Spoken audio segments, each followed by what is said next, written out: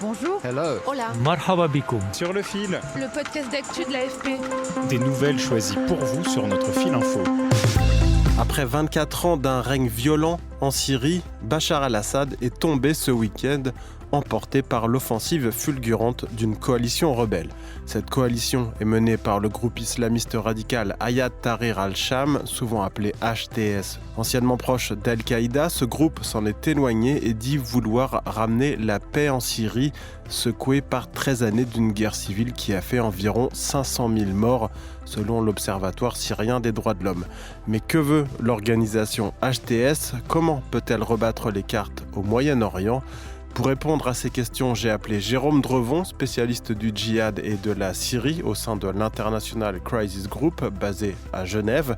J'ai aussi invité Didier Loras, qui couvre le terrorisme au sein du service international de l'AFP à Paris. Sur le fil.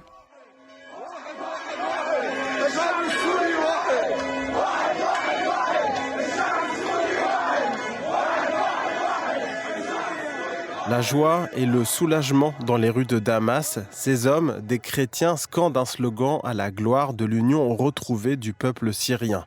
Ce peuple célèbre la chute de Bachar el-Assad au pouvoir depuis 2000. Son régime, responsable de graves violations des droits humains, y compris des attaques aux armes chimiques selon les Occidentaux, a chuté en 11 jours. Bachar el-Assad a fui à Moscou chez son allié russe, laissant son pays aux mains de la coalition rebelle menée par HTS. Mais qui se cache derrière ce sigle ? Jérôme Drevon. Donc HTS est le groupe qui a succédé à Jabhat al-Nusra, qui était l'ancienne branche affiliée de Al-Qaïda en Syrie. Donc le groupe HTS a été créé quand Jabhat al-Nusra a coupé ses liens avec l'organisation Al-Qaïda et s'est allié avec plusieurs autres petites factions pour créer un groupe qui était plus grand, qui est plus local et qui se bat très uniquement pour la Syrie. Donc c'est un groupe qui, en termes de composantes, est assez diverse, mais qui reste uni autour d'une orientation qu'on peut qualifier d'islamiste. Le groupe islamiste a renoncé à toute ambition internationale pour se recentrer sur la Syrie. Il reste toutefois considéré comme une organisation terroriste par les pays occidentaux. Leur but, c'est de dire que le combat est uniquement contre le régime syrien.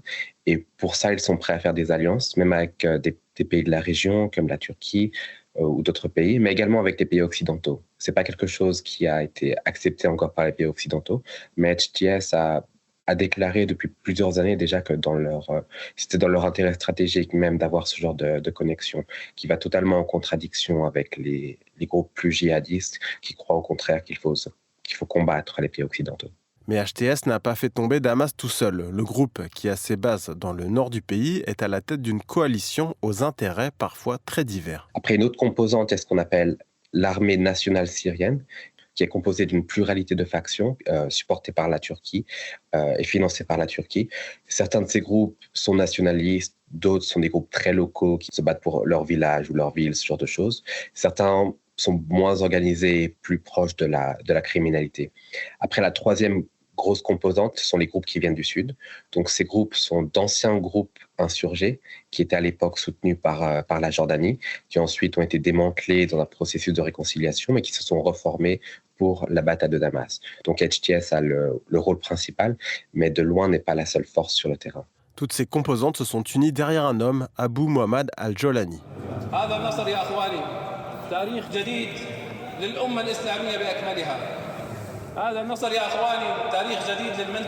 Dans la célèbre mosquée des Omeyyades à Damas, il se félicite de la victoire. Une nouvelle page, selon lui, pour l'histoire de la région et, je cite, celle d'une nation islamique. Didier Loras nous dresse son portrait. Jolani, c'est un personnage assez particulier. Il vient d'une famille cossue d'un quartier de Damas. Il commence des études de médecine et, semble-t-il, il commence à se radicaliser au moment des attentats du 11 septembre. Il décide en fait de se rapprocher d'Al-Qaïda et pas d'État islamique. Donc on parle quand même au départ d'un djihadiste, de quelqu'un d'extrêmement radical. Il se trouve que depuis un certain nombre d'années, il a commencé à lisser son image, lisser son discours et à affirmer qu'il avait des projets différents. Donc il s'est écarté d'Al-Qaïda, il a combattu les cellules d'État islamique en Syrie, et il revendique d'avoir un projet pour la Syrie et non pas du tout un projet de djihad international. Donc évidemment, la grande question qui se pose, c'est de savoir à quel point il est sincère ou à quel point il est juste calculateur. Selon le point de vue dans lequel on se place, on peut avoir les deux hypothèses. D'ailleurs, mon collègue Didier Loras le fait remarquer, Al-Jolani ne porte plus de turban. Des djihadistes, il se présente habillé en civil ou avec un uniforme militaire, comme dans la mosquée de Damas. Mais quel genre de régime voudrait instaurer Al-Jolani et HTS en Syrie ? Selon Jérôme Drevon, le régime instauré dans la province d'Idlib pourrait donner des indications. Donc le groupe a instauré une gouvernance qui est relativement autoritaire dans la province de Idlib, dans le nord-ouest. Donc il y a peu d'acceptation de la dissidence politique ou d'opposition politique, ce qui lui a été reproché par une partie de la population. Mais paradoxalement, cela s'est accompagné d'une certaine ouverture religieuse. Donc le groupe a essayé de recréer des liens avec les communautés chrétiennes et druzes pour qu'elles puissent célébrer leurs rites, pour qu'il y ait moins de restrictions sur elles. Le groupe s'est également réouvert aux musulmans non salafistes qui ne sont pas d'accord avec sa vision religieuse. Donc c'est un bilan un peu contrasté, qui reste autoritaire, mais qui est plus tolérant sur les questions religieuses. Donc la question des femmes, donc elles vont dans les lieux publics, de toute évidence, elles vont à l'université, il y a des endroits où les genres hommes et femmes peuvent se mélanger, mais ça reste une approche très conservatrice de la société. Par exemple, les universités sont ségrégées entre hommes et femmes. Il est encore trop tôt pour savoir quelle orientation prendra la coalition. Elle devra faire face aux grands intérêts dans la région. D'une part, la Russie et l'Iran, alliés de Bachar al-Assad, et d'autre part, les États-Unis qui ne veulent pas d'un retour de l'État islamique, et enfin la Turquie qui a soutenu certains groupes rebelles. Didier Loras. C'est là peut-être qu'on verra, encore une fois, l'intelligence de négociateur de Jolani, la réalité de sa puissance. Évidemment qu'il aura besoin d'obtenir des gages aussi de certaines grandes puissances. On fait ça en échange, vous nous donnez ça, vous nous protégez d'eux. Dans le scénario d'une Syrie unie avec un projet jugé acceptable, donc va se poser la question de la reconstruction de la Syrie, et donc là, des bailleurs, et qui va donner de l'argent. Et quand vous donnez de l'argent, on sait que vous avez tout d'un coup un peu plus de pouvoir. Vous avez des pouvoirs de négociation, vous avez des leviers qui permettent d'obtenir des choses. Donc là, on rentre dans une période de négociation et de test des rapports de force des uns et des autres. Et évidemment, nul ne sait ce qui va en sortir. Une chose est sûre, son arrivée au pouvoir et la chute de Bachar el-Assad, soutenu par l'Iran et la Russie, rebat en partie les cartes au Moyen-Orient.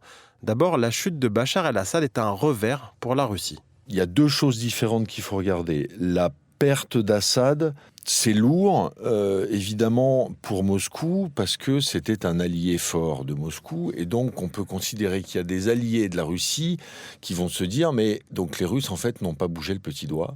Donc la Russie est-elle un allié fiable, et est-elle la grande puissance qu'elle prétend être ? Ça, c'est une première chose. La deuxième chose, c'est que les Russes ont une base navale et une base aérienne sur la côte méditerranéenne de la Syrie, et que ces deux éléments-là sont absolument essentiels pour la projection des ambitions russes au Moyen-Orient et en Afrique, notamment au Soudan, au Sahel et autres. Donc Moscou va tout faire pour conserver ces deux bases-là. Et pour le moment, les rebelles ont déjà indiqué qu'ils ne toucheraient pas à ces bases-là. Mais elles sont absolument essentielles pour la projection de la puissance russe, notamment en Afrique. La Russie a demandé une réunion d'urgence du Conseil de sécurité de l'ONU à huis clos. Elle était prévue dans la nuit et n'avait pas encore commencé à l'heure de l'enregistrement de cet épisode. Autre grand soutien de Bachar al-Assad, l'Iran n'est pas venu au soutien du dirigeant syrien. La République islamique et ses affidés, en tête desquels le Hezbollah libanais, sortent affaiblis de mois de confrontation avec Israël. Pour Jérôme Drevon, la baisse d'influence de l'Iran en Syrie permettra peut-être un certain apaisement dans la région. Est-ce que ça va stabiliser la région ? C'est pas clair pour le moment, mais ça va clairement diminuer l'influence iranienne qui a été un vrai vecteur de déstabilisation pour la région. Donc dans ce sens-là, dans une certaine mesure, oui. À ce stade, en tout cas, la coalition rebelle n'a manifesté aucune volonté de s'attaquer à Israël. Selon Jérôme Drevon, le but des rebelles est la stabilisation et la reconstruction du pays. Israël n'est certainement pas une priorité. Merci à tous d'avoir suivi cet épisode. Merci à mon collègue Didier Leras pour sa participation. Si vous avez aimé notre podcast, n'hésitez pas à vous abonner. Je suis Maxime Mamet sur Le Fil revient demain.